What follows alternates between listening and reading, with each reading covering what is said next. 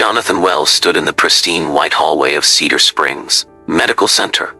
Tyler's seizure had ended, but Jonathan still felt the tremor in his own bones. He kept counting in his head because counting was the only thing that did not lie. Dr. Elizabeth Morrison stepped out with the controlled quiet of someone who had carried too many parents through the same doorway. Her badge read Chief of Pediatric Neurology, and her eyes looked older than her years. She closed the door softly, as if sound itself could bruise Tyler. "The scans are still clean," she said. "The episodes keep coming." Jonathan nodded, and the motion felt like surrender.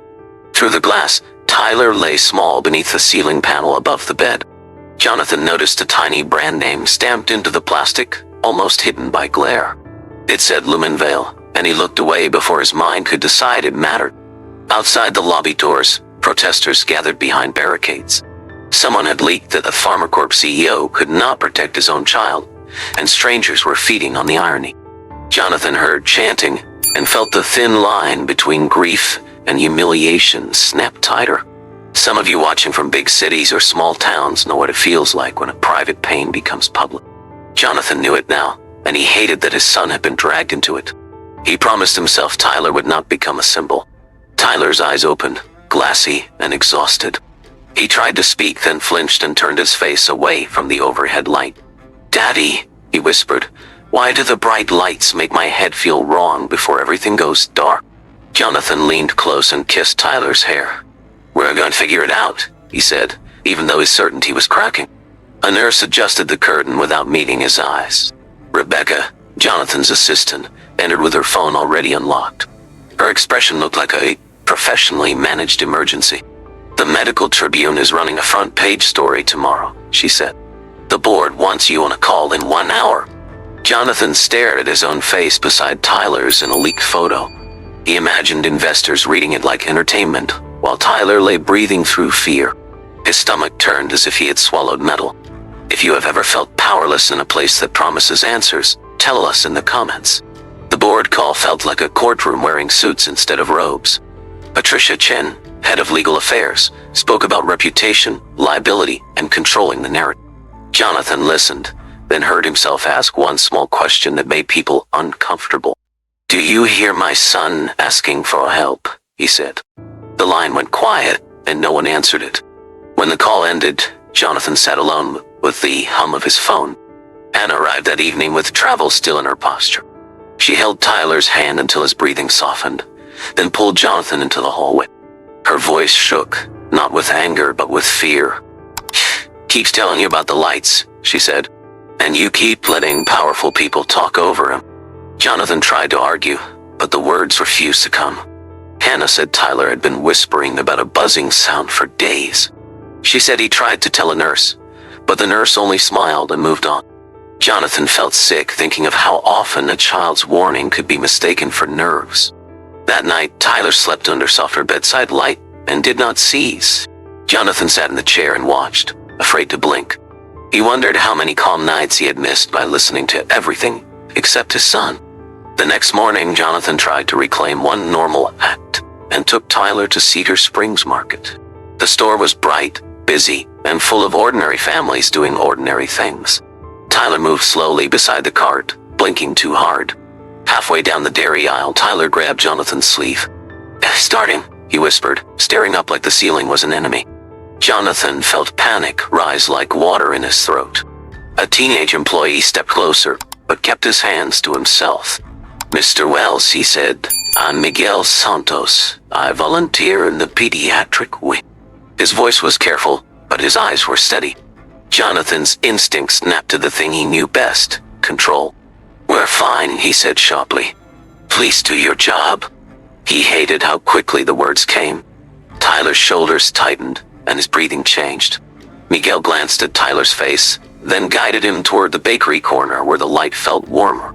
Tyler's body eased within seconds as if someone had loosened a knot. Miguel spoke quietly. "I think certain environments make it worse," he said. "Not because anyone is careless, just because real life isn't a lab." Jonathan felt hope flicker and hated it for daring. "You're a stock boy," Jonathan said, voice turning cold. "Don't pretend you know what specialists could not find."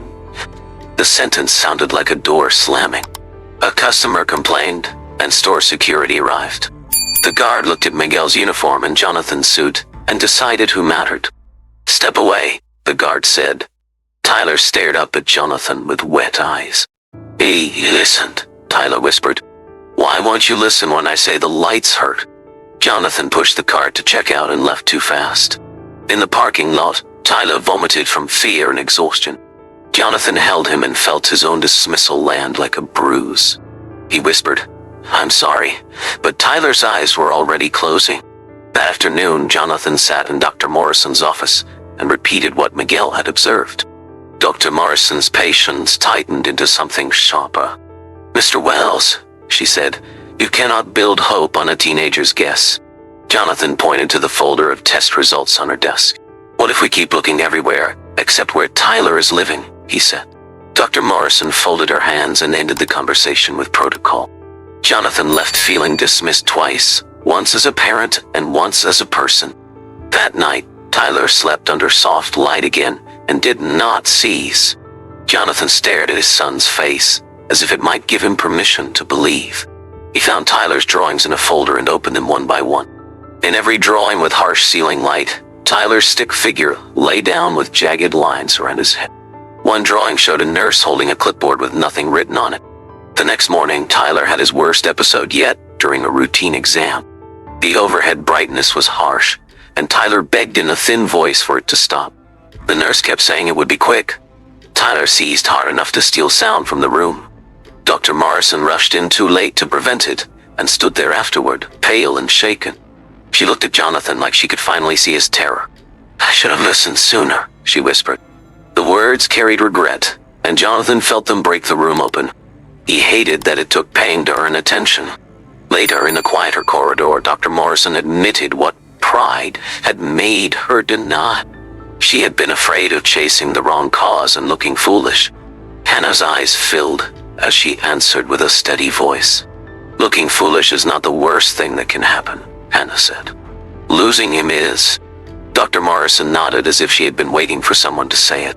Paramedics rolled Tyler toward a stretcher, and Jonathan's hands shook as he signed forms he could barely read. In the hallway, he caught a faint burnt smell for one breath. Then it vanished.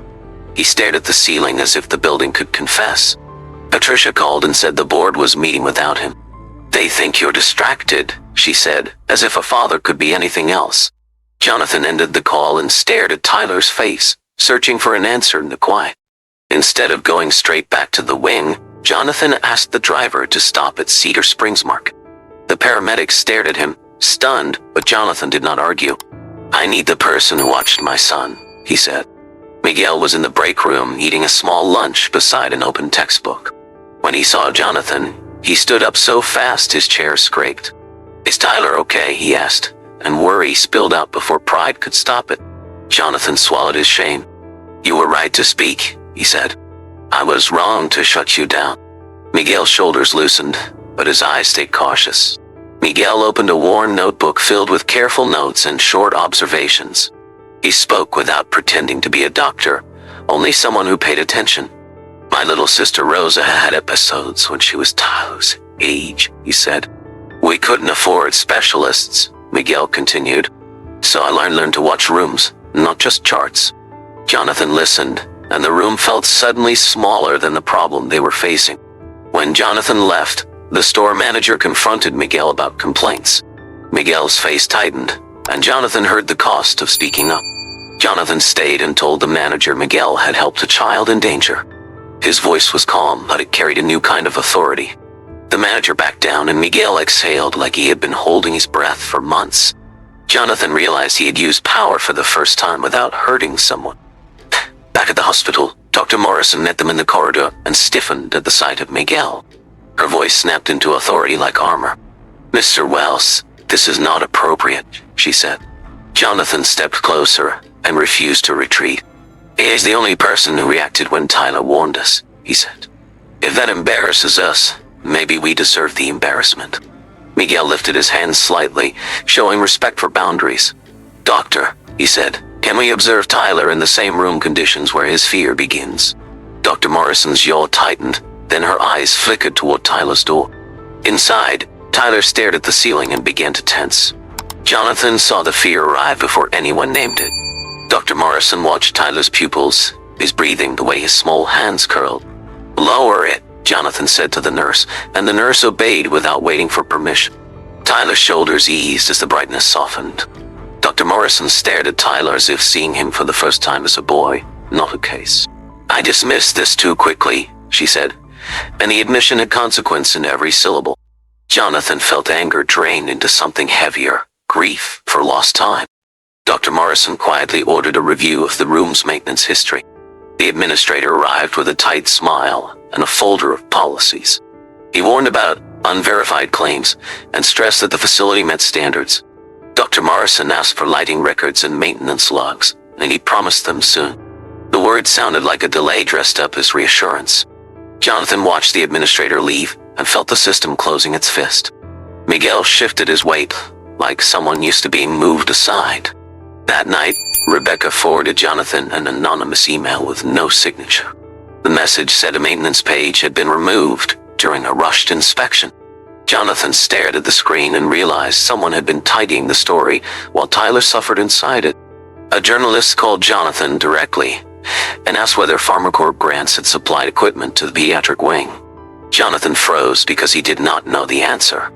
The silence felt like guilt before he had earned it. Patricia arrived at the hospital and pushed Jonathan into a quiet corner. "You cannot make public statements about this," she said. "You will invite lawsuits and ruin the company." Jonathan kept his voice low, but it trembled. "My son is in that room," he said. Patricia's gaze cut past Miguel as if he did not exist. "This is not how medicine works," Patricia said. "This is how scandals start." She walked away before Jonathan could answer. Jonathan felt the third dismissal settle into place, heavier than the first two, because it came from someone he had trusted to protect him. He realized protection was not the same as love. He also realized fear could be a kind of violence. In the morning, Dr. Morrison requested the building records again. A technician brought a thin file and admitted a page was missing from the maintenance logs. Dr. Morrison's face tightened, and Jonathan remembered Tyler's drawing of the blank clipboard. Miguel spoke to the technician gently and asked about the buzzing. The technician admitted a contractor had replaced ceiling panels quickly after complaints. He also admitted paperwork had been misfiled during a rushed update. Dr. Morrison asked where the discarded panels went. The technician pointed to a basement storage closet and offered a key. Jonathan took it because he could not sit still. The stairwell down was narrow, and the hum grew louder with every step. Water dripped somewhere in the dark, steady as a clock. Jonathan thought about how buildings had secrets, and how secrets always chose the smallest people to crush. The basement smelled faintly burnt, like dust that had learned to smoke. Jonathan found plastic covers and metal frames wrapped in old tape. One cover had a small melted corner that looked like a warning left behind. Miguel kept his voice steady. "It's not about blame," he said quietly. "It's about truth." Dr. Morrison nodded and requested an independent facilities audit on the spot. Back upstairs, Dr. Morrison compared procurement lists with donation records. She found the pediatric wing had received equipment through a grant connected to PharmaCorp's community program. Jonathan felt his face go numb as he realized the pressure might have been wearing his own logo. Patricia returned when she heard the word grant. She saw the file on Dr. Morrison's desk and went pale, then angry, then afraid.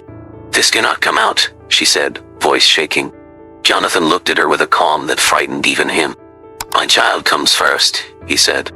"If we hid anything, the consequence belongs to us." Patricia's certainty cracked, and for the first time, her fear looked like shame. Patricia found Miguel by the vending machines and apologized without legal language. She admitted she had been afraid of headlines and forgot the child inside them. Miguel nodded once, and the nod looked like mercy. Patricia called the board afterward and told them silence would look like cruelty.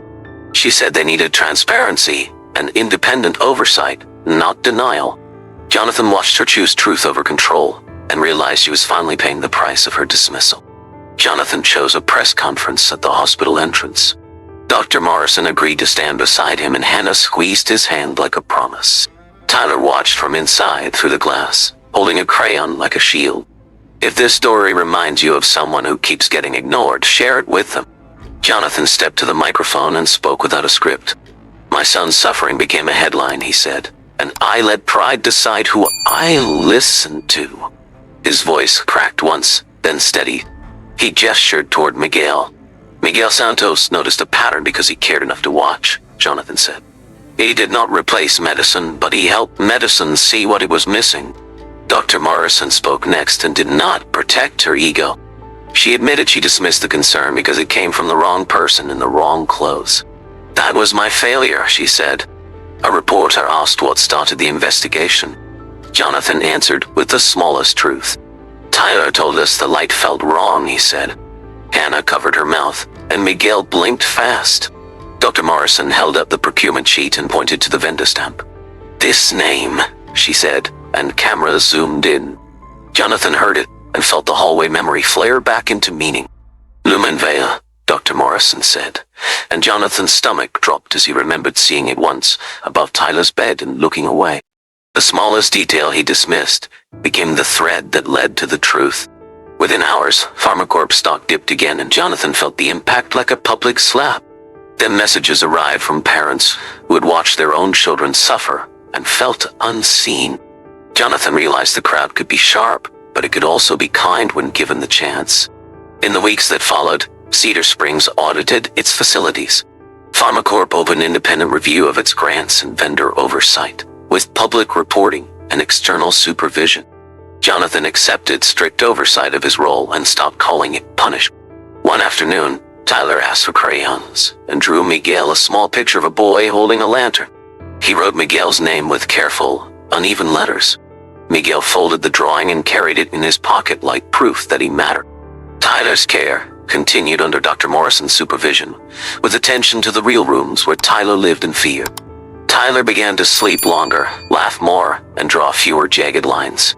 Hannah started leaving fresh crayons in the hospital drawer like tiny prayers. Jonathan met Miguel's mother and apologized without speeches. He offered support without turning the family into a spectacle, and she accepted only what preserved dignity.